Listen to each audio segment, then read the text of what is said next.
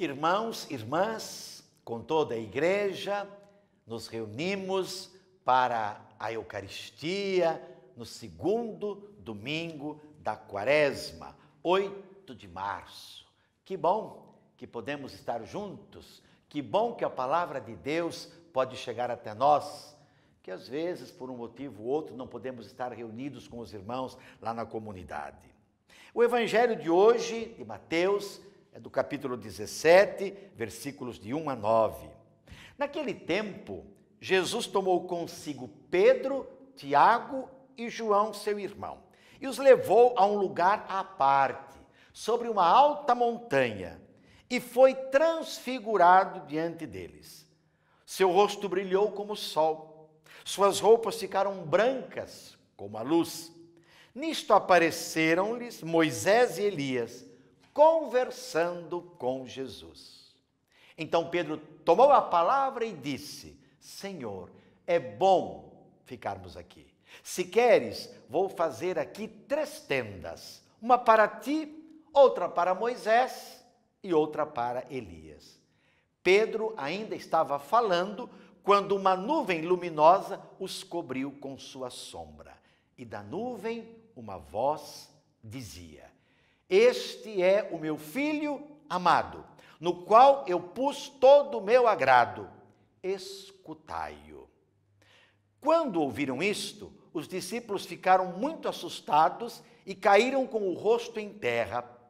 Jesus se aproximou, tocou neles e disse: Levantai-vos, não tenhais medo. Os discípulos ergueram os olhos e não viram mais ninguém, a não ser somente Jesus. Quando desciam da montanha, Jesus ordenou-lhes: Não conteis a ninguém esta visão, até que o Filho do Homem tenha ressuscitado dos mortos. Palavra da salvação, glória a vós, Senhor.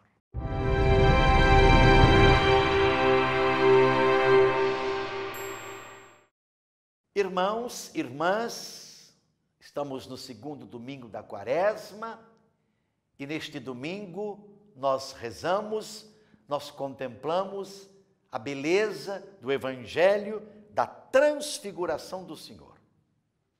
Qual é o contexto da transfiguração? Jesus está indo para Jerusalém com os seus discípulos. É lá em Jerusalém que ele consumará o projeto do reino de Deus e sua justiça com a entrega de sua vida na cruz. Ele vai com muitas pessoas, algumas ficam pelo caminho, quando ele apresenta o desafio de estar com ele e de ir com ele até o fim. Mas ele é e ele permanecerá fiel até as últimas consequências. A experiência dos discípulos, Pedro, Tiago e João, que vão com ele na alta montanha, é a experiência de todos os discípulos, de ontem, de hoje e de sempre. Até quando? Até a realização plena do que Deus projetou para todo ser humano. Antes de tudo, é uma experiência, que a gente pode dizer, um acontecimento que se dá na oração. O Evangelho é bem claro, Jesus está rezando o projeto de Deus, totalmente imbuído de Deus, do amor de Deus, unido-se intimamente a Ele aderindo com a própria vontade, a vontade humana, sua vontade, à vontade do Pai. E assim, nesse contexto, quem invade Jesus, quem toma conta de Jesus é a luz. É a luz. E com a luz, a verdade do seu ser. A verdade que ele é. Ele é o Filho amado em quem o Pai coloca toda a sua afeição, toda a sua atenção. O que é preciso fazer? É preciso escutá-lo.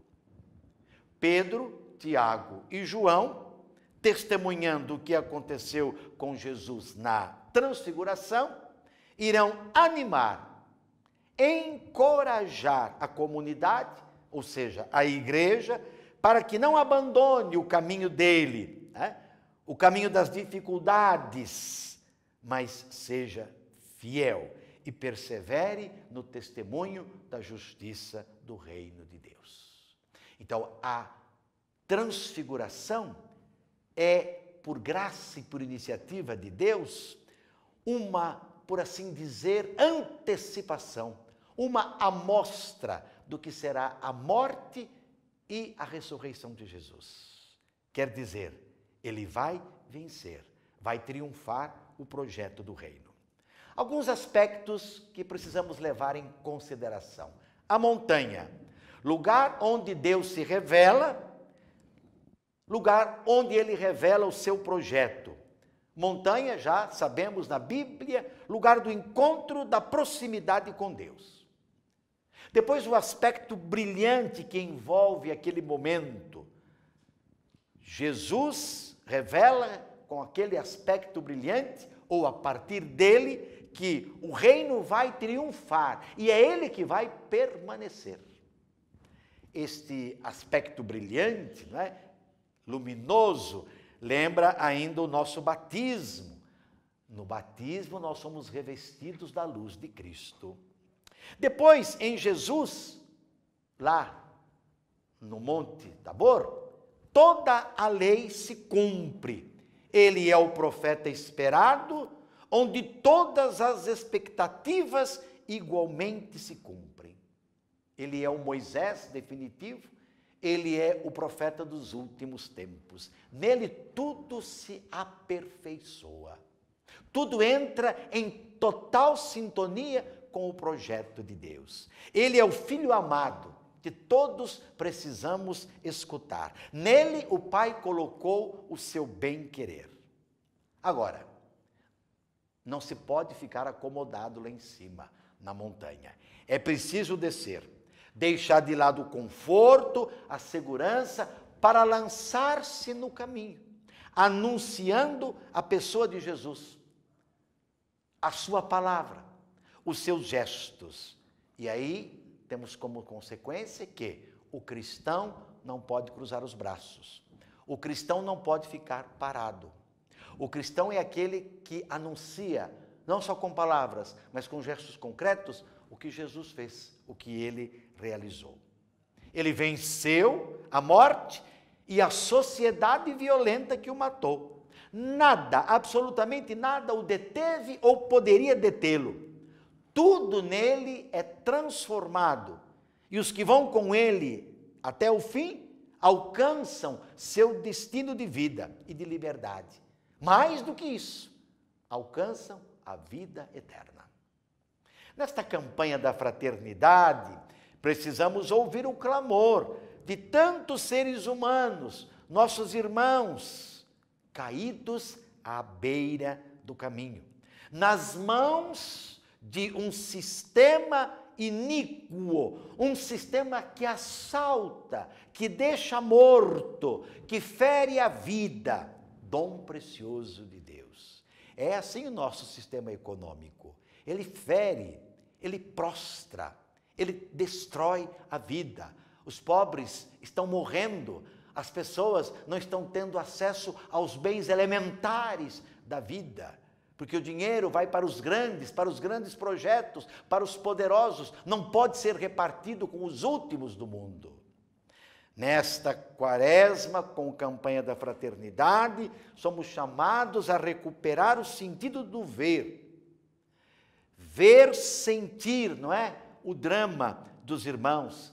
Mais do que isso, ver, sentir, aproximar-se e perceber que somos capazes de cuidar.